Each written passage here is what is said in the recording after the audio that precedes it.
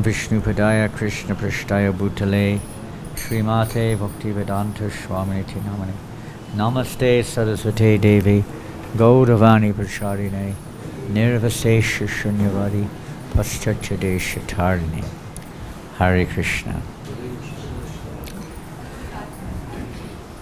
Om Jnanatimirandasya Jnananjana Shalakaya Chaksho Unmilitam Yena Tasmai Shri Gurave Namaha Shri Chaitanya Manobhishtam Stapitam Yena Bhutale Swayam Rupa Kadamayam Dadati Svapadantikam Vandeham Shri Guru Shri Yuta Padakamalam Shri Gurun Vaishnavamscha Shri Rupam Sagajatam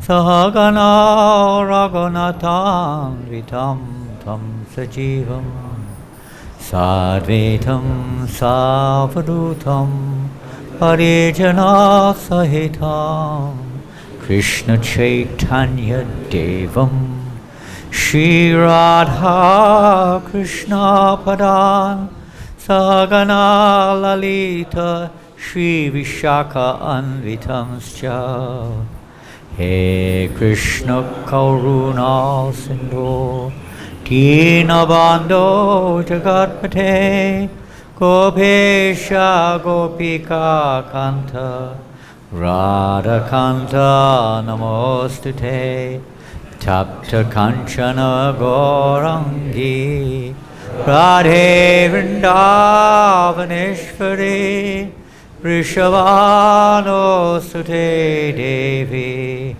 Pranamami Hari Priye Vanchakalpatarubhyascha Kripa Sindhubhyayevyacha Patitanam Pavanebhyo Vaishnavebhyo Namo Namaha Jaya Shri Krishna Chaitanya Prabhu Nityananda Shri Advaita Gadadhar Shivasari Gaur Bhaktivinoda Hare Krishna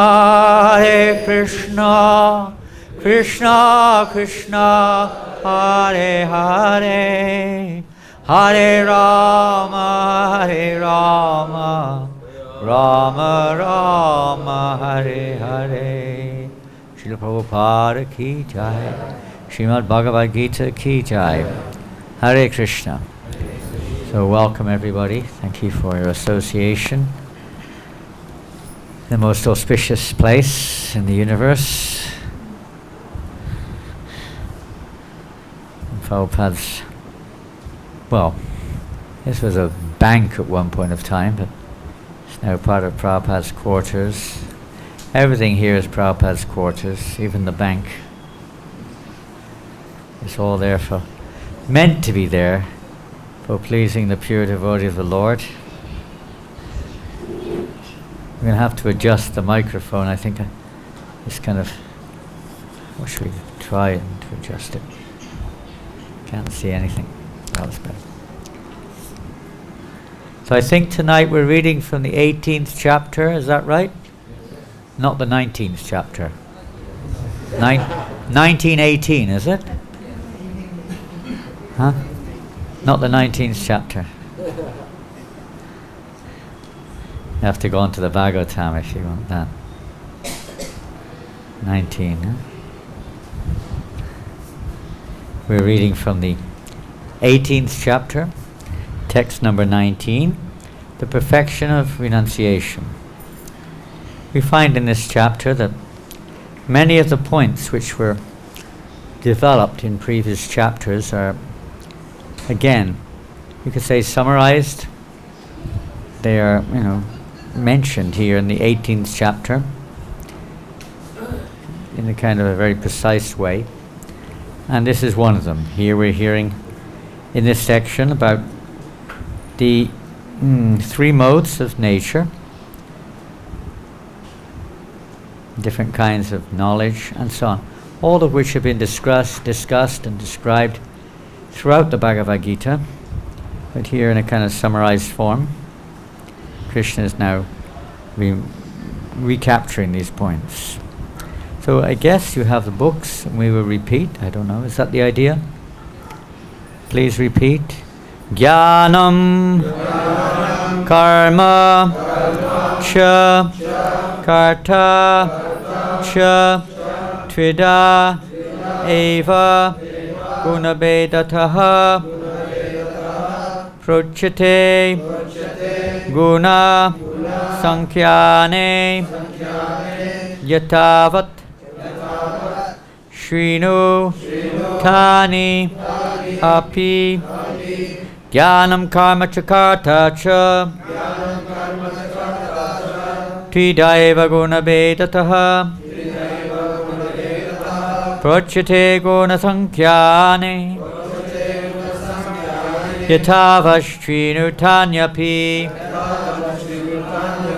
jnanam knowledge, karma, work, cha, also, karta, worker, cha, also, trida, of three kinds, eva, certainly, gunabedataha, in terms of different modes of material nature.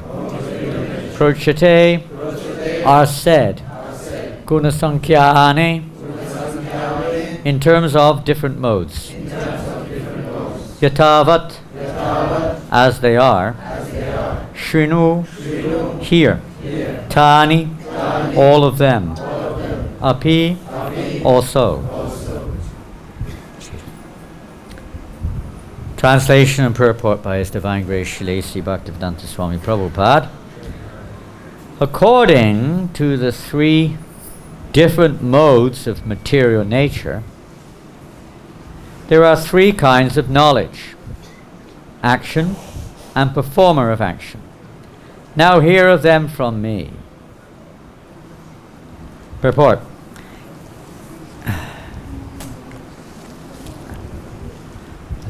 In the 14th chapter, the three divisions of the modes of material nature were elaborately described.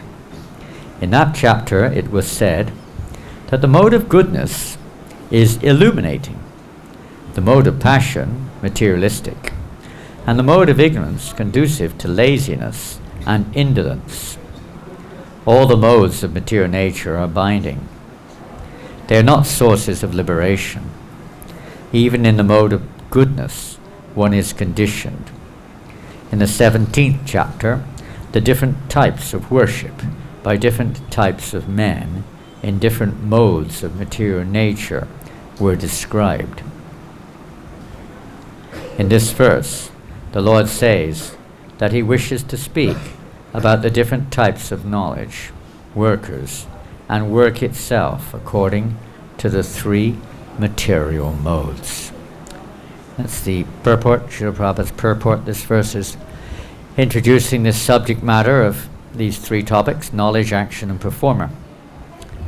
And we also hear about different sacrifices, charity, austerities, and so many other topics in the modes of nature. In the 17th chapter, Prabhupada mentions just one aspect here in terms of the different worship of different types of men. But in the 17th chapter, Krishna also describes, different sacrifices, the different modes they're in, different foodstuffs which people may be attracted to, different types of work, different types of everything, charity and so on, in different modes of nature. In the 14th chapter, as Prabhupada is mentioning here, more of a description of the effects of being in particular modes of nature are described, or being influenced by modes. And we all know, probably, that the modes of nature are working under Krishna's direction. And Krishna's reciprocating with the living entity, placing us under various modes according to our deserve and desire. And we're more or less controlled by the modes. I'll just read a little bit from the 14th chapter of the Bhagavad-Gita, where Krishna, first of all, he describes how, this knowledge of the three modes of nature, it sounds material, but it's Krishna's divine energy. We see in the 7th chapter, Krishna describes it. It says, Daivihesha gunamai mamamaya darachaya. It's his divine energy. It's not some competitor to Krishna. It's divine. It just acts upon us in a way that we forget our divinity, but it's nonetheless the divine energy of the Lord. Like in a kingdom, everything is, in one sense, is under the king's jurisdiction. Whatever it may be, even the prison house is part of the kingdom. So this material world is also Krishna's kingdom. But in this material world, we're not going to get into detail, but basically speaking, the living entity is being driven and influenced by the three modes of material nature: goodness, passion, and ignorance, to behave in such and such a way. It's not the constitutional soul that's behaving in such and such a way, although the root is no doubt the actual attitude of the constitutional living entity.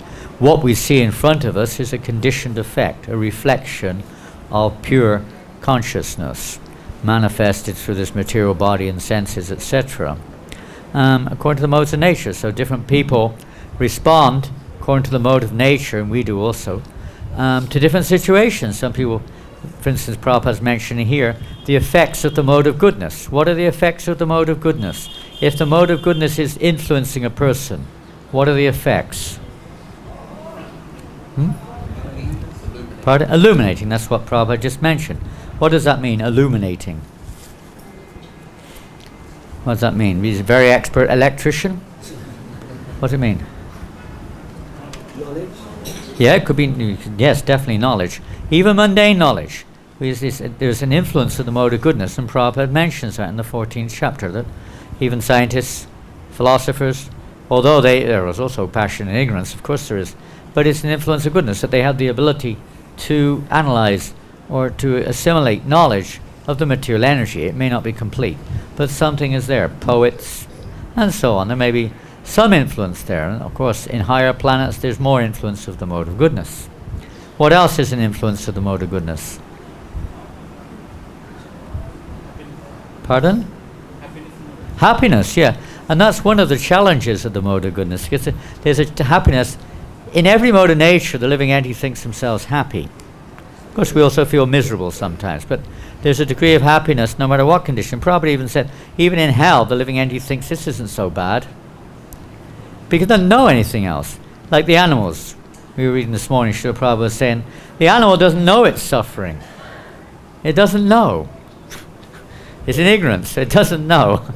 One in the mode of goodness knows that may be suffering, living in a particular situation. To them, it's suffering. But there's a happiness, predominant happiness in the mode of goodness. Generally, there's a decrease in misery when one's situated in the mode of goodness, usually. And there's the reactions, of course, as sinful reactions are more or less diminished, as long as one acts in the mode of goodness. And there's a happiness. But the problem is there. What's the problem? It's temporary. Pardon? Is it temporary? Well, it's temporary, yeah. It's temporary. That's for sure. Binding. That's what the word Krishna uses. Binding. It binds us. You become attached to it, People become attached to their position in this world, comfortable position, or maybe an influential position. You become attached to it. It's something you want, and you want to increase it. Even the mode of goodness is binding. All the three modes bind the living entity. The reaction to that bondage may vary, obviously, according to how one acts.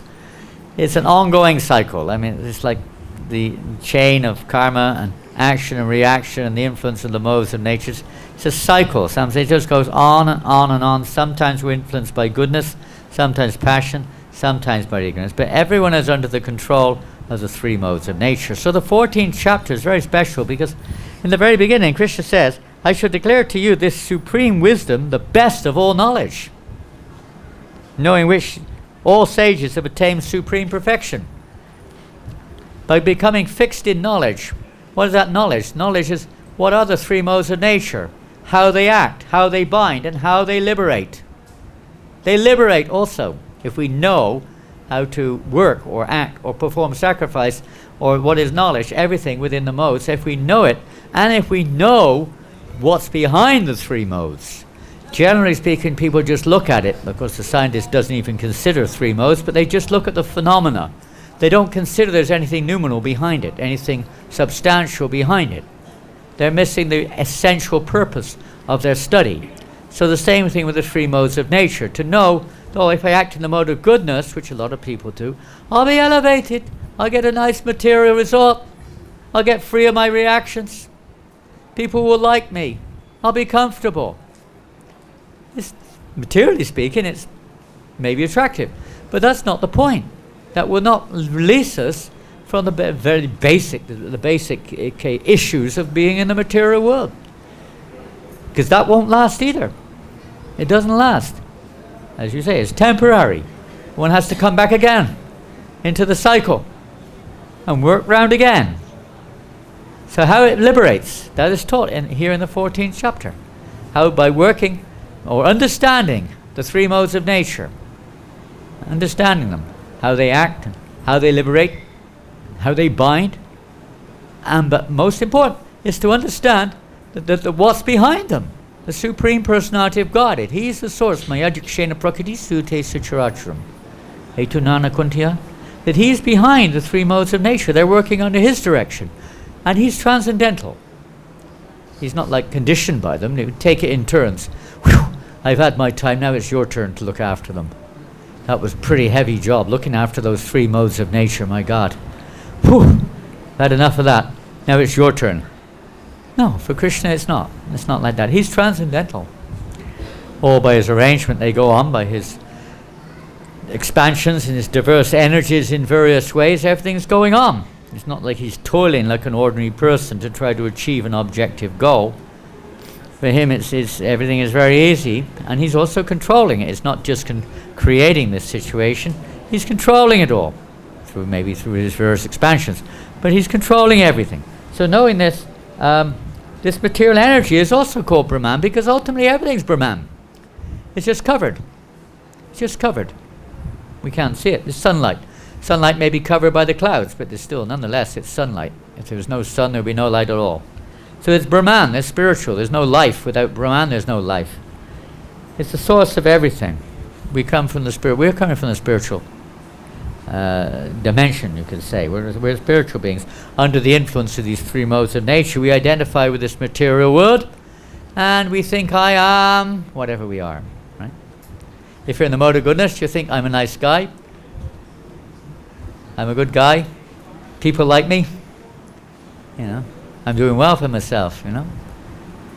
Yeah. And you might eat nice food, healthy food. You look pretty smart. You don't, you know, your house is pretty cool. You got a nice family, and you know, you got, materially speaking, you know, you got things going your way. You're doing good. Maybe a reaction, but a lot of times people in the mode of goodness, they're like, you can see they're bright-faced, and they're often vegetarians even. Being a vegetarian doesn't mean you're on the spirit. You're spiritual, by the way. I don't know many animals. What animals are vegetarian? Can you think of some? Monkeys. Monkey. Huh? No, they don't. They're not vegetarian. I think they were traditionally vegetarians, but out of necessity, they probably aren't anymore. Cows are vegetarians, and all the animals many animals by nature are vegetarian. Although, you know, because of unnatural circumstances, sometimes they're not, but they're generally, their nature is. And people in the mode of goodness by nature are attracted to that sort of a lifestyle, you know, more of a pious lifestyle like that. What about the mode of passion? What's symptomatic of the mode of passion? I don't think anyone here would have a clue, because none of you here have any influence of the mode of passion, I'm sure of that. I won't say if it's the other mode that we haven't mentioned yet, but do we have a third canto Bhagavatam available? I was just thinking of something. Maybe we can read something from Canto 3. This is the library, so there definitely should be one here. If someone can please give me one. Yeah, that's all right, but there's a library. Just open it. Give us the book. Third canto.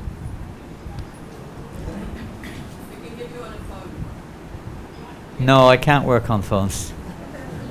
I don't like working on those type of things. Even on I use a computer sometimes, but I don't like it when you're, referring to different verses, because you can only see the page you're on and you don't know where you are and this and that. Try to get a third canto of Bhagavatam from somewhere. The third canto, chapter 29. So, mode of passion. Anyone here ever experienced anything like the mode of passion? Anybody? Nobody? One or two there. Maybe three. Come on, you're brahmachari. You shouldn't know what the mode of passion. Mode of passion, what symptoms of mode of passion? Longings, desires. Yeah, longings, unending desires to fulfill, right? Constantly plan making and becoming really attached, right? And then when you become really attached, what happens? Huh? You may become disturbed. Well, we're coming into the other mode there. But you may become disturbed. What are the symptoms of the mode of passion? Anger. What else? Greedy. And be very greedy, very lusty, very greedy. Never satisfied, right? Never satisfied. But the world, you need passion. You don't do much if you don't have passion, right? It's like in Ayurveda, you have a balance between the three, the three dosas, right? If they're not balanced, then you're out of balance. You're inharmonious. You've got to balance them. There's nothing wrong with any of them, but you've got to have the right balance. So the same thing with the modes of nature. There's got to be a degree of passion there. Otherwise, you're not going to do much. In fact, if there's no passion and ignorance, what is it? Laziness. Pardon? No passion, no ignorance. What is it? Pardon? Huh? I can't hear. Pure goodness. If there's no passion, no ignorance, but there's always passion and ignorance there in the material world. Always. Birth, the whole universe. That's why Lord Brahma is in charge of Rajagun. He's the creator. There'd be nothing existing if it wasn't for the influence of the mode of passion. And of course, we're in ignorance. Passion, there may be a few other things you could think of. But what about the mode of ignorance? Laziness. Pardon? Well, Prabhupada just mentioned a couple of things there, didn't he? What did he say? Huh? Laziness. Laziness. And then nobody ever has a problem with that, I'm sure. Indolence. What's indolence? Huh? Indolence. What's indolence?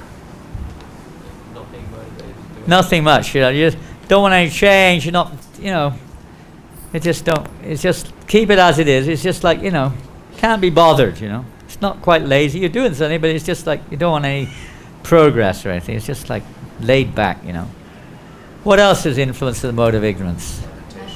Huh? Lamentation. We had hankering and passion. And in ignorance there's a lot of lamentation, that's for sure. What else? Yeah, and madness. Madness is foolish identification with the body, ardently meditate, completely fixed in I am the body, right? There's no other idea of who. I remember maybe 10 years ago we had a brahmachari convention in London. And on the last day we went on Harinam Sankirtan in Piccadilly Circus, where we couldn't get in. It was Gay Pride Day. We couldn't get in. They blocked off the whole central London. It was like 500,000, 1 million of it, whatever, I don't know. But the whole central London was blocked off. We were just going around the outside on Harinam. It was a good test for the brahmacharis on their last day of the convention. And, I remember, never forget this one guy, he was screaming at me, I am my body! He is one of these persons who like to show it off also. And he was absolutely determined to convince himself and everyone, I am my body. What do you do with such things? What do you do with such persons? I don't know. But completely in the mode of ignorance. Completely in the mode of ignorance, with an influence of passion. I'm not complete. There's passion there too. But virtually no influence of goodness. So that the mode working on them, they act according to the mode working on them. There are a few other things in the mode of ignorance. Sleep. What else? So all these modes actually can be, you can say, utilized in a sense. One is in the mode of good. Even things like sleep are, can be regulated. Regulation. We can regulate these modes. And so, is that got chapter 29, third canto? He's having a hard time finding out. Going page by page. You look in the front, you'll see. It tells you in the front. He's going page by page. Mode of goodness. Oh, going backwards now, mode of ignorance. He's not aware. Well done. Joy! Haribol. Transcendental. Now he's become transcendental. So for a devotee, we're all conditioned, some of us have come from probably different conditionings in the past. Some of us came from deep ignorance. Many of the early devotees were covered by deep ignorance. Drug taking, intoxications, uncleanliness. Mode of goodness, cleanliness is another symptom of the mode of goodness. In the mode of passion, you quickly clean the room and you quickly make it dirty again. The mode of ignorance is always dirty and you don't like it being any other way. You get angry if somebody tries to clean it up. I used to stay in a derelict house maybe 1980. I started a centre in this little city, and I was living in a derelict house alone. Well, I was staying with one urchin. He was a kind of ex-hippie urchin, and I had to stay there for about a week with him until I had somewhere else to stay. I had nowhere else to stay. And his place was the most filthy place, second most filthy place I've ever seen. I'll tell you the most filthy in a minute. The second most filthy place I've ever seen. It was unbelievable. He never once washed his hands, never washed his plates, never washed the pots. He would cook and then just leave the pot and cook again with whatever scars are left on from the previous meal, and cook it again in the pot. Same with his plate and spoon and everything. Never wash his hands after pooping. Nothing. I had to go out in the garden to get water. There was no water in the place. And he would never do it. It was like a real test of, what can you say? Something or another. Tolerance, I don't know what it is. You kind of like have your choice at the time. And but the most dirty place I've ever seen, I remember was in London one time. I went to pick somebody up who wanted to join the temple.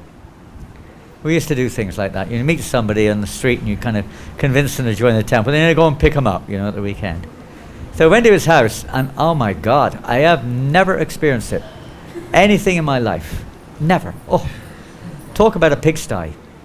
This was like, I think even the pigs would have had a hard time in there. It stunk like I've never smelt anything stink before. Or after. He would just pass stool on the ground. It was like put newspapers on top of it. It was like the whole room was just like full of stinky newspapers, smeary, stinky. I couldn't go in, but they just he came out, and God knows. I don't know if he finally made it or not. I can't remember. But I just remember going totally in the mode of ignorance. Somehow or another, Lord Chaitanya's movement is picking people up from this dense, dark ignorance that we're in.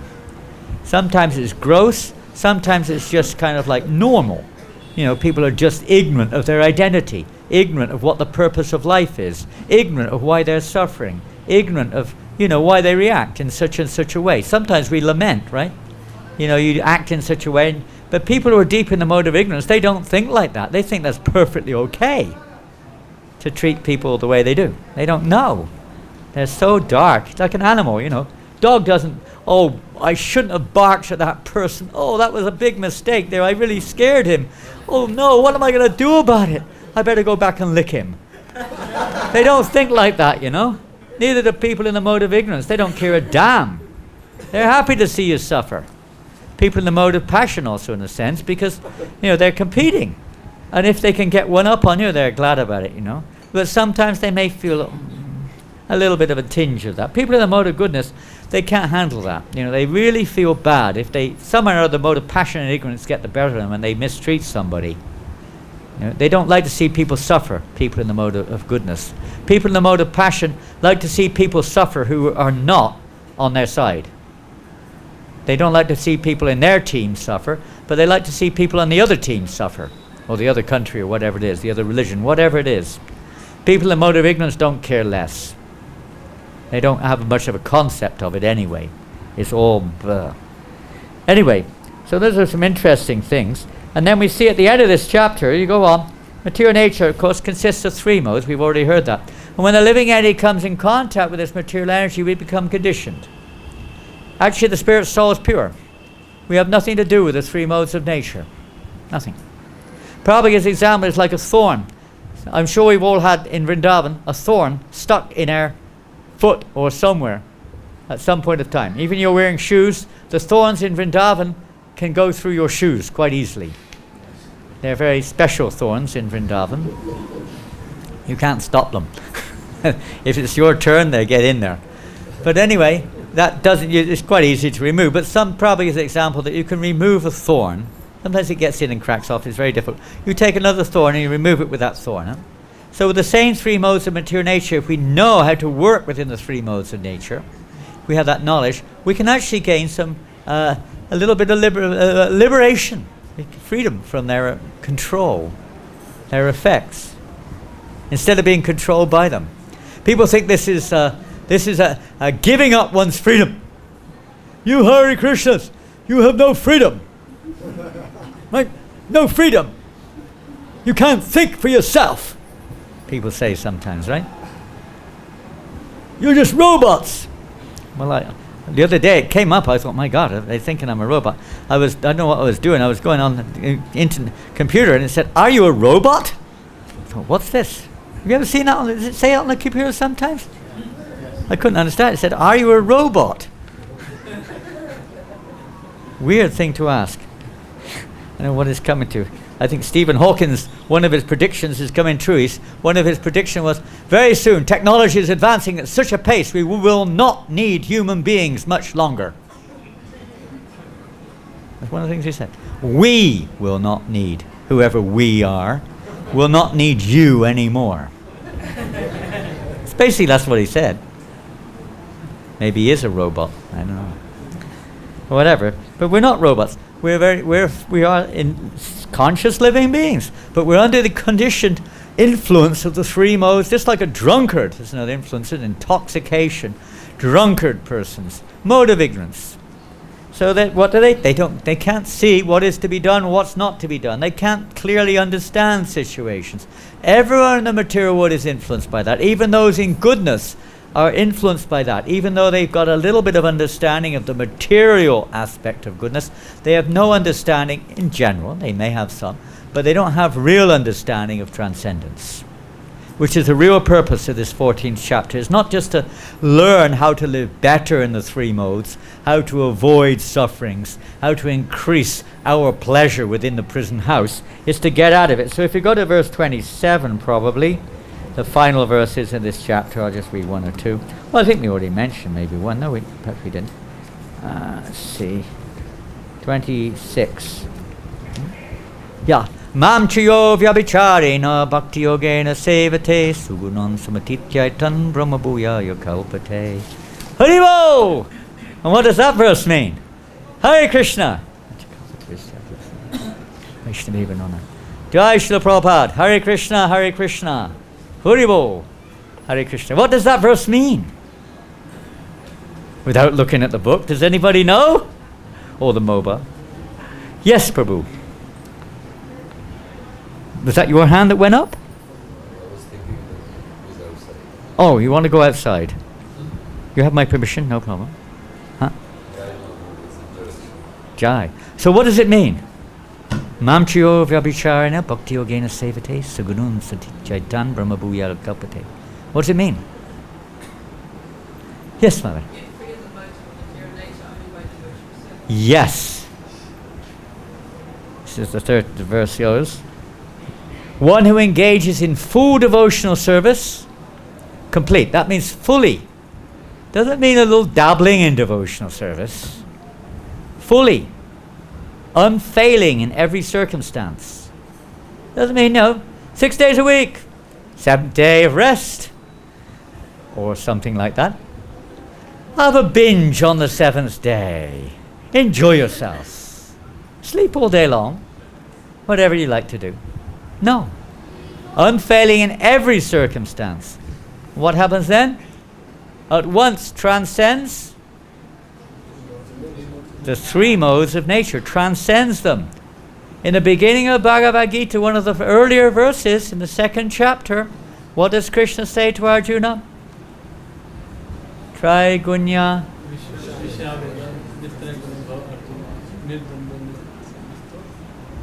Nitya. What did he say? The three. Huh? The Vedas deal mainly with the three modes of nature. And then? Rise above them, Arjuna. Be transcendental. So, the Vedas give us that direction, how we can work within the three modes. But ultimately, the purpose is not that. Most people are hung up with that. They're performing worship for that reason, to get elevated, maybe to get liberated, but not to the complete liberated stage. That's why we have Bhagavatam, of course, is to transcend the three modes. That doesn't mean we give up. We learn to work with the three modes without being controlled or affected by them. The Vedas it is there, but it's not so clear. It's more to elevate us within the material world. Srimad Bhagavatam, Bhagavad-Gita also teaches how to utilize the three, or live within the three modes in a way that we can transcend their effects. That we're no longer controlled by them. So let's have a little look at that. That's interesting. We're now going to go to the third. I think we are. Can you pass that book, please? I find a fascinating part of the Srimad Bhagavatam. In the third canto, chapter 29. Who knows who's speaking in that section?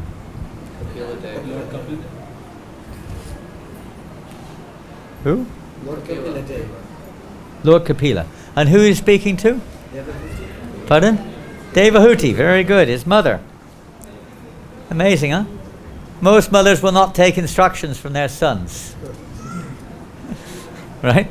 But in spiritual life, whoever's got the knowledge, if they've actually got it, and the humility of Mother Devahuti is the secret. It's like Arjuna. Prabhupada says, because we have to hear Bhagavad-Gita with the attitude of Arjuna, not with our conditional, pride. That's another aspect of the mode of goodness and passion also. One's proud of one's, whatever it is, isn't it? You may be a learned scholar or a Nobel Prize winner, but you can easily get proud of it, So let's see what he's got to say. Lord Kapila Dev, the personality of Godhead, replied. His mother was asking various questions, nice questions, how we can get free from the influence of the material energy and so on. Oh, noble lady, there are multifarious paths of devotional service in terms of the different qualities of the executor. We sometimes think it's all one. It's not. There are multifarious paths of devotional service. So then, interesting verses. Devotional service executed, think carefully. Maybe some of this applies to us. Devotional service executed by a person who is envious, proud, violent, and angry, and who is a separatist, is considered to be in the mode of darkness. It's one of the 81 varieties of mixed devotional service. Srila Prabhupada describes the 81 types of mixed devotional service. There's the three modes of nature, first of all. This is one, the mode of ignorance. And then there are 9 items, 9 limbs of devotional service. Interesting. In sadhana bhakti, 9 limbs.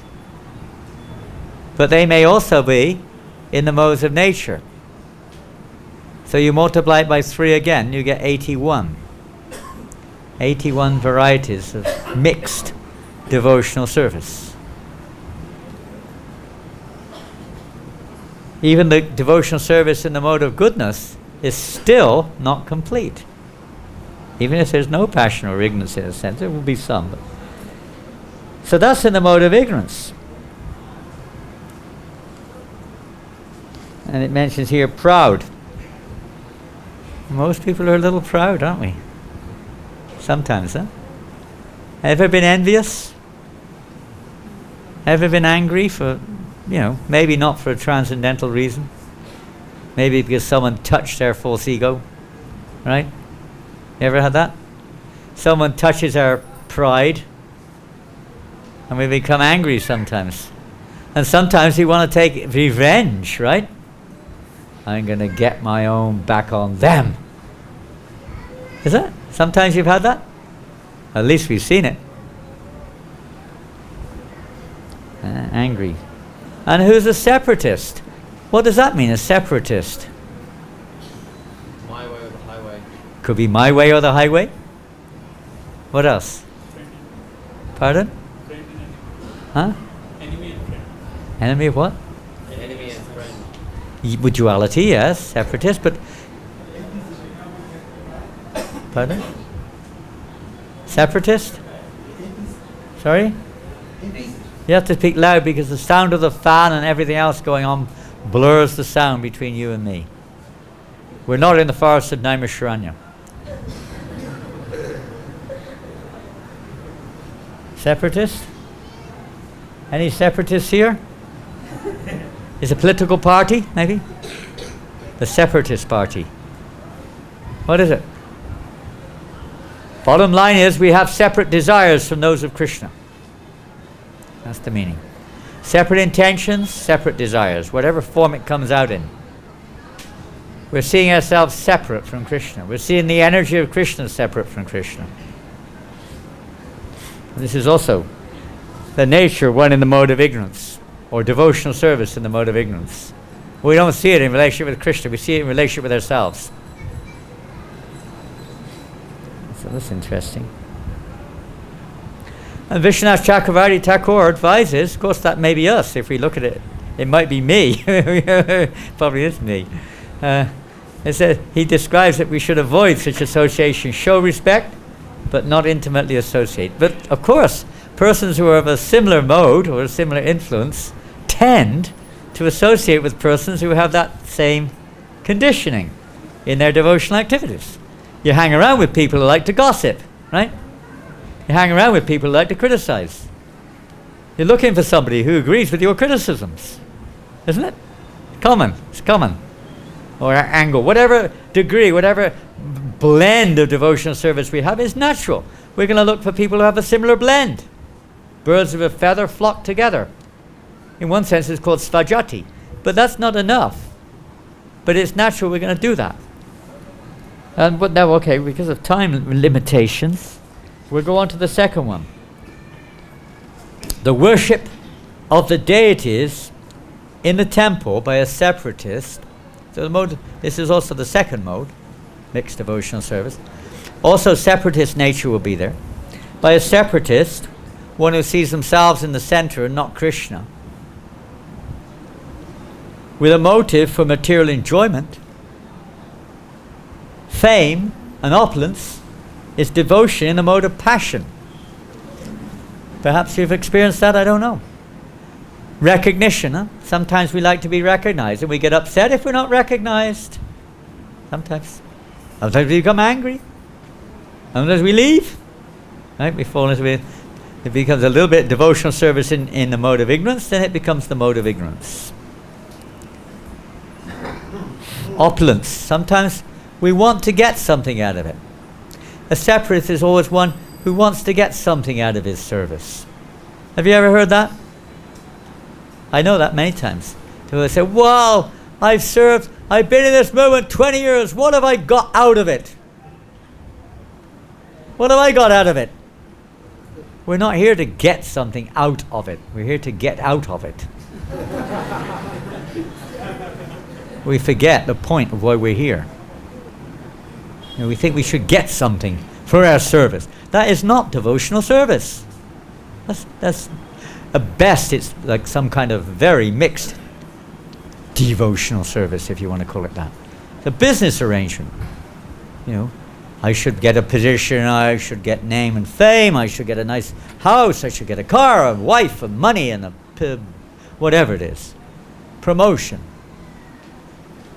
Maybe not those specific things, but something. We want something, or even to get relieved. We'll come to that. That's the third one. But those in the mode of passion, they want something out of it.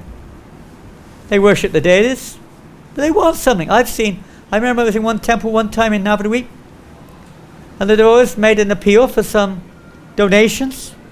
The donations came forward to there was one old pujari there, and there was a young pujari in the background. And when they saw the money coming back, the young pujari ran forward to get the money. The old Pujari tried to grab it. The young Pujari tried to grab it. They started fighting right in front of the deities to get the money. A little bit in the mode of passion. Maybe a bit of ignorance there too. Definitely not goodness. That's the deity. It's not for you, my friend. Not ISKCON temple. Huh? No, not in ISKCON temple. I don't know. Maybe that happens in ISKCON temple. I don't know. But that wasn't an ISKCON temple. And you see these things. They're out for, followers. What's that Lord Chaitanya said, isn't it? My dear Lord, give me followers, give me wealth, give me women, isn't it? Is that what he said in the Sikshastikam? Huh? Is that what he said? My Lord, I want followers, I want wealth, I want beautiful women. I'll chant your holy name if you give me those things. Is that what Lord Chaitanya said? If you want those things, you can't chant the holy name. We're chanting something like, whatever, some kind of reflection or something. But it's not the real name. We've got to come a little bit more advanced if we really want Krishna consciousness. Otherwise you get what you deserve, You're going to get some mixed, watered down material kind of reflective effect. You're not going to get the real thing. It's relative. You're just going to get a relative result. And you're going to have relatives too. You're going to have all kinds of material entanglements, objects of the senses, identifying with, seeing the world as, belonging to us. Even though we're chanting Hare Krishna, and I'm a brahmachari, this is my watch. It's mine. Those are my copants. Ladies don't know what that is, excuse me. This is my room. You can't stay here. That's my gulab. He stole my... I've seen some young devotees, little ones. He stole my gulab.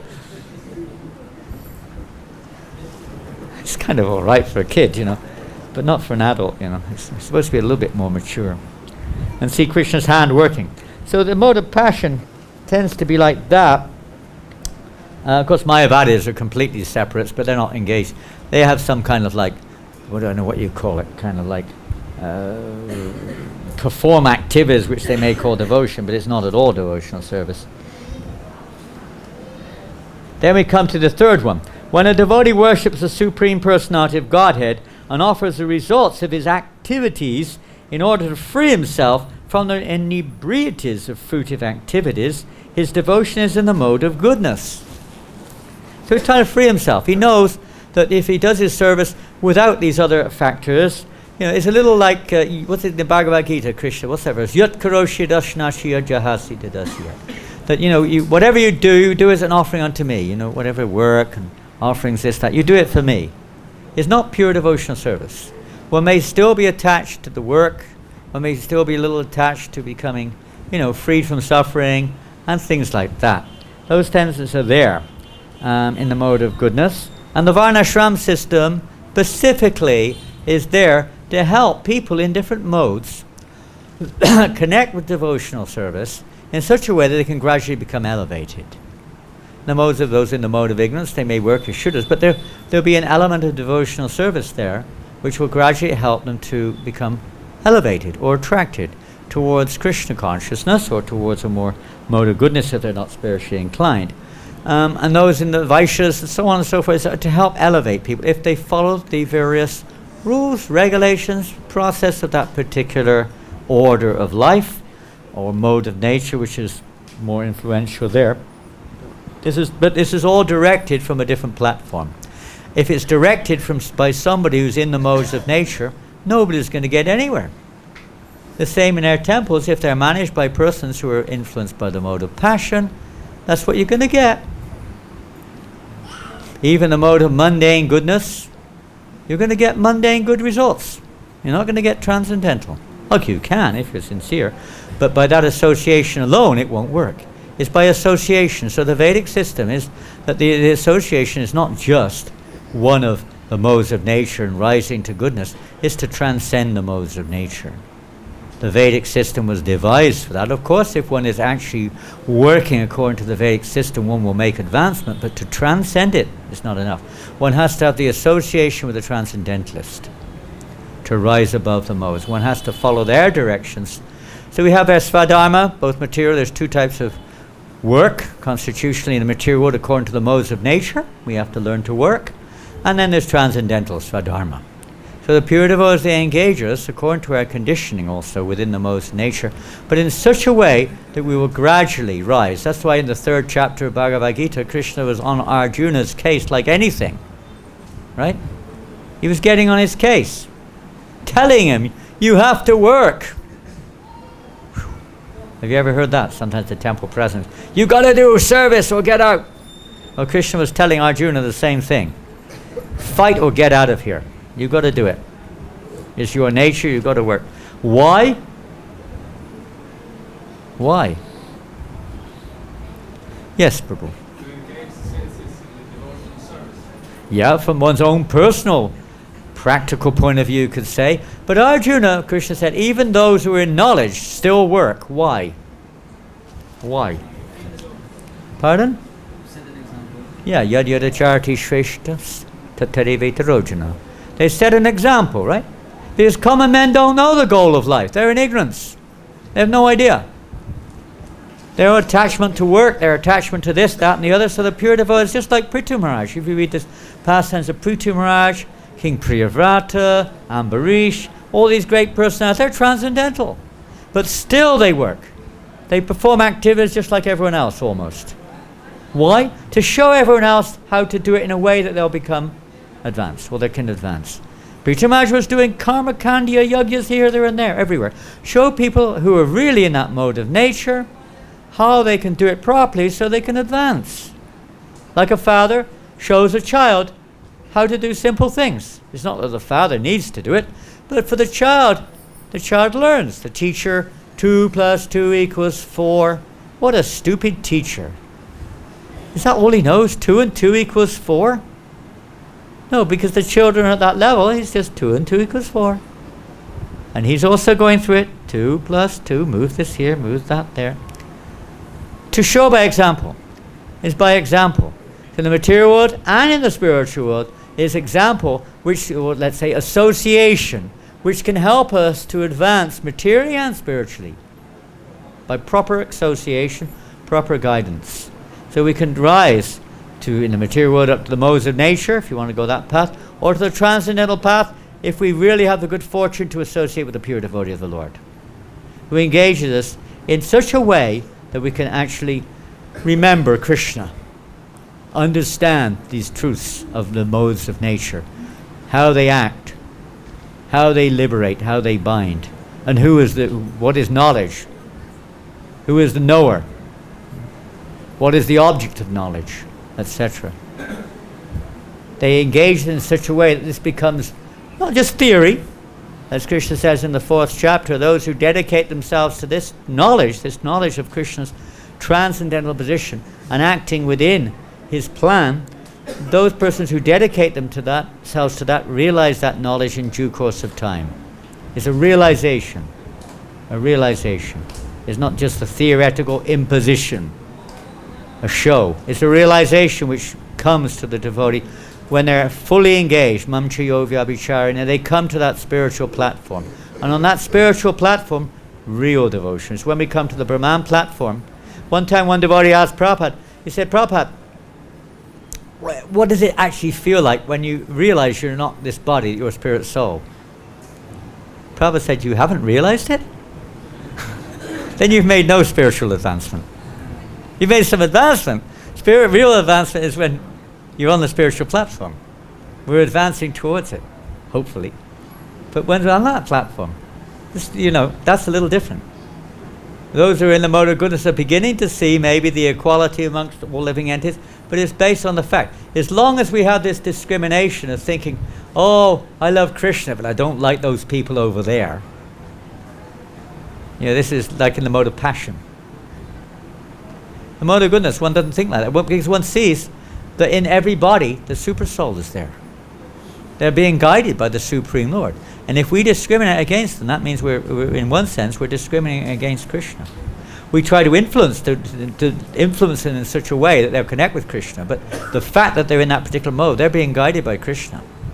Krishna's in their hearts. Don't forget that he's in the heart of every living entity. So this is the knowledge. One who is transcendental knows that. So he has no friends and enemies. He sees everyone as Krishna's part and parcel. Bhakti-yoga, Vicharana, bhakti-yoga in the same. He sees everyone as Krishna's part and parcel. He doesn't see, he sees beyond the conditional nature of the living entity. But for preaching, he works within this world, and it appears that he's working in a certain way, maybe in a mode of passion sometimes. But he's actually on the transcendental platform. He's helping us to rise to the transcendental platform by engaging us in such and such a way. So how we come there? So the next verse, the manifestation of unadulterated devotional service is exhibited when one's mind is at once attracted. Attracted to what? One's mind is attracted to what? Yes, very good. To the name and activities of the Supreme Personality of God. When our mind becomes attracted to that, to hearing about Krishna. We were mentioning to Abhay, and we mentioned it last night, a beautiful verse in the Chaitanya Charitamrita where Lord Chaitanya talking to Sanatana Goswami, and he's saying that how the sound of the Krishna's flute so attracts the minds of the gopis. It's just like a bird entering into their heart and makes a nest in their heart, a nest of the sound of the flute in their heart.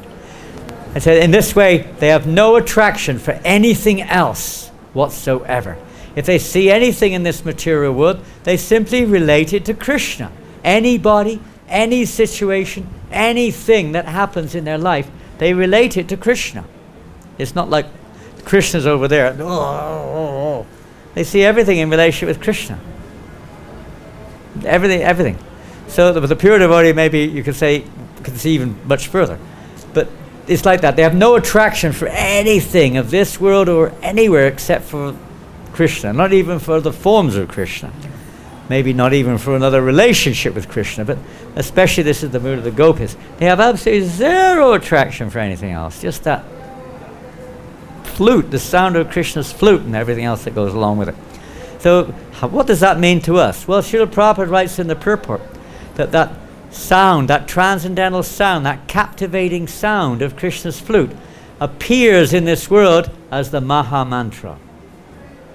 That is none different than the sound of Krishna's flute. And Prabhupada said, if we become attracted to that sound, that transcendental sound, all other attractions would disappear. And of course, the more we become attracted, the more the other desires dissipate. So this is a special transcendental mercy of Srila Prabhupada that is giving us this opportunity, and all the great devotees, giving us this opportunity, although we have maybe little qualification, if any. Only qualification is somehow or another we've got the good fortune of meeting a pure devotee.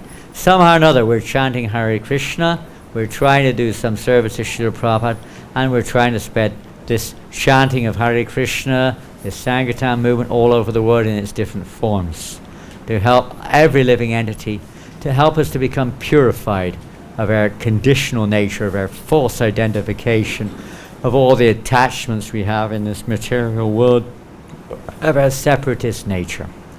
So this knowledge of these modes of nature and how they work, how they bind us and how they liberate us, etc., and how we can transcend these modes of nature is given in the 14th chapter, here in the 18th chapter, in the 17th chapter, and in different places in the Gita and beyond. So we'll finish there. Srila Prabhupada ki jai. Any questions? Prabhu. Mike.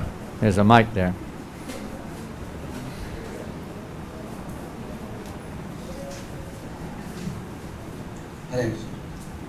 In the beginning you were speaking about the king is having the kingdom, in the kingdom there is a prison house. So similarly Krishna also is having the material world is a prison house of the Krishna. So prison house of Krishna. Yeah. We are in prison house. We are? Oh. You want to be in Krishna's prison? Yeah. So the difference between the kingdom prison and the Krishna's prison. Yeah, reflection. The difference is, I don't know if you've ever seen it, there's one Christian group, they distribute these magazines and they show pictures of heaven. And there you are with your pet dog, with your grandfather, your kid, your uncle, your aunt, your brother, your sister, your wife, your girlfriend, whatever you got. There you are in heaven. There's one thing missing. You know what it is? God. There's no God there. It's funny, huh? In the material prison house, well, of course he's here also, but people don't see him. He's everywhere. So devotional service is to see him. This is, in one sense, we call it a prison house, but it's a prison house by our own making. By our own making. Prabhupada writes in the second canto of Bhagavad-Gita, the material would only exist because of the desire of the living entity. Otherwise, there's no need to exist. Krishna arranges this covering potency, so we forget, as we just heard. When the living entity comes in contact with the three modes of nature, they become conditioned. This means we start to identify with the modes of nature, and we forget our spiritual constitutional nature. And the love, which is the constitution of the soul, becomes perverted and diverse, and becomes deflected towards objects of this material world. It's a reflection of the spiritual world. Everything you see in this world has its origin in the spiritual world. The prison in the spiritual world is a prison of love. You don't want to go anywhere. You don't want to go anywhere else. But it's not like, like you're in a cage and you can't get out, It's unlimited. It has no limits. Oh, you come to the end, that's it, stop, no entry. Danger zone, you can't go beyond. The spiritual is unlimited. There's no limit. And the living entities there are free. They have no, free means there's no reaction. You're free because love, pure love for Krishna. You act naturally, totally spontaneously. Everything is just pleasing to Krishna. There's no limits, like in this material, where is this the right thing to do? Hold on a minute, I'll just look it up. Hold on, I'm just going to look up the answer to your question. It's not like that. It's automatic. You get a tiny reflection in the material world. One who's madly in love with someone, they're not really thinking of what other people think, are they? Sometimes they are, but sometimes they're not. They just act in an uncontrollable way. The mother for her child, the lover for her beloved. They're like delirious almost, They don't think of anything else. So you get a little bit of that influence in let's say, picture. You can learn everything in the material world. Experience in this material, you see. Bhagavatam, many places you see this is learning lessons from the material energy around us, Because there's a spiritual origin. That lust has its origin in unending love, unalloyed love. We have to come to that platform. Then you're free from the effects of birth, death, disease, and old age, karmas, everything else, cycle of birth and death in this material world, free from anxiety, free from frustration, free from lamentation. All these things don't exist. They exist on a transcendental level, but there it's all enhancing one's love of Krishna. In this world, it takes us away from him. You stay in this world. It's our choice. Call it a prison, call it what you like, but it's a place where errant souls let's say, accommodated. The Lord accommodates. It's our choice. You stay in this prison. If you want to call it a prison, if you want to, the spiritual word, if you want to call it that, it's a prison of love. You want to be in that. That's your constitution. Fulfillment. When you have a loving, if your mother has even the calf, if you go over there now, there's 5 or 6 new calves over there in the Goshaw. For the mother, this is like, it's like paradise. Being with her calf. It's for the calf, with the mother. They don't think of anything else. They might be stuck inside a cage, but they're absorbed in each other. In the material world, sometimes people are like that too. But that is only a temporary thing in the material world. In the spiritual world, it's eternal, and it's ever It's ever expanding. It's not just like in the material world. You get fed up with it after a while, or the other person just punches you in the nose and runs away, get divorced, this, that, the other. So many things go on. In the spiritual world, it's not like that. So, what to do? Devotional service is the process to, if we want, the choice is ours. Everything's our choice, isn't it? If you want to get out of this material world, if we want to come to pure devotional service, it has to be anyabilasitashrunyam jnana karmarjinavitam. It has to be freed of all these other things, separatist desires. As long as we're separatists, seeing ourselves in the center, thinking we can do it our way, I can study my way and do it, or I can chant my way and do it. It doesn't work like that. You have to follow the process, Prabhupada said. You want to come to pure devotional service, Shuddhanam, pure devotional service, there's a process. And we have to follow the process. Prabhupada Bhakti said they all say the same thing. So it's our choice. Which prison you want to stay in, that's your choice. I think, well, of course we may say, oh, that's just blind faith. Well, even if it is blind faith, it can't be worse than this one.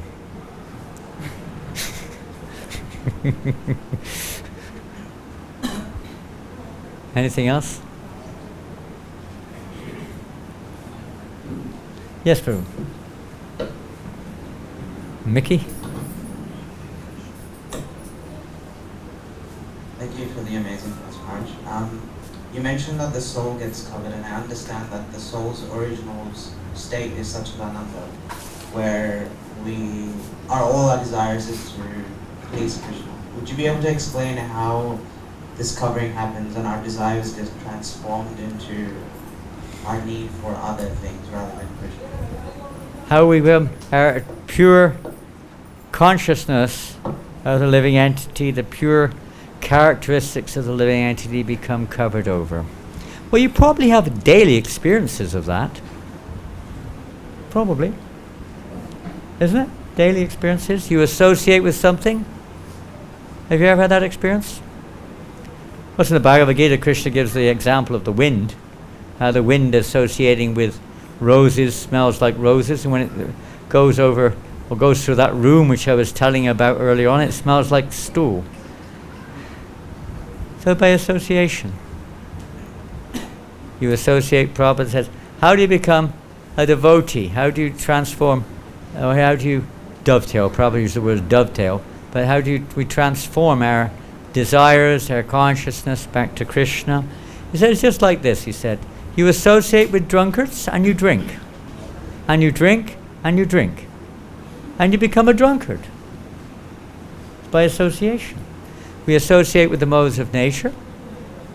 In this material world, we have a desire. The living entity's initial, you could say, consciousness in this material world is one of separatism from Krishna. So you have a desire to, obviously you have a desire to enjoy separately from Krishna. So that means there has to be some object for enjoying. So you come into this material world, you associate with something, and gradually, one by one, you become more and more implicated in this material world. Whether it's from Lord Brahma, who creates, may become a little bit of the mentality, I'm the doer, becomes a little implicated in what's done, association of various kinds, and gradually we become more and more absorbed and more entangled in the banyan tree of material existence. It's by association. Because it's our choice. We want to associate separately from Krishna. Where are you going to go? In the spiritual world, there's not many places to go. You can go to the Brahmajyoti, but if you want to actually try to enjoy separately from Krishna, you come into the material world. When we're in the spiritual world, there's nowhere to go. Krishna's everywhere. In the material world, we feel Krishna arranges, so you don't think of him. You've got to think of something. The soul is not a dead stone. Always some desire is coming. So objects are there. Material nature arranges all kinds of objects accordingly. Like you give to your kid so many toys, the child becomes enamored with a mobile phone or some games or some rubbish, and becomes very much affected by it. So similarly, living entity in this material world, like kids, and all these various toys in the material world in the form of rockets and planets and this thing and that thing, and we become attached to it. We identify with it. We've got to identify with something. So in the modes of nature, we become implicated in the modes of nature, one by one by one. When we come in, we don't have any particular attachment to any one thing, but we have a desire to try to enjoy. So Krishna provides in this. We have minuscule choices, you could say, within the material world, which mode of nature or which kind of enjoyment we're inclined towards. But it gradually become implicated in karma. Initial desire to be separated from Krishna, to enjoy separately, and then we become implicated in karmas in this material world. Overcome. Like a cloud covering the sun is not covered, our consciousness is covered by the cloud. So the cloud of the material energy causes the effect at Krishna, look the other way, and there's the material energy. We get attached to it. And by association, you may be influenced to be more in this mode or more in that mode, if it's your choice. By transcendental association, you may become attracted to the transcendental path. By association. Anything else?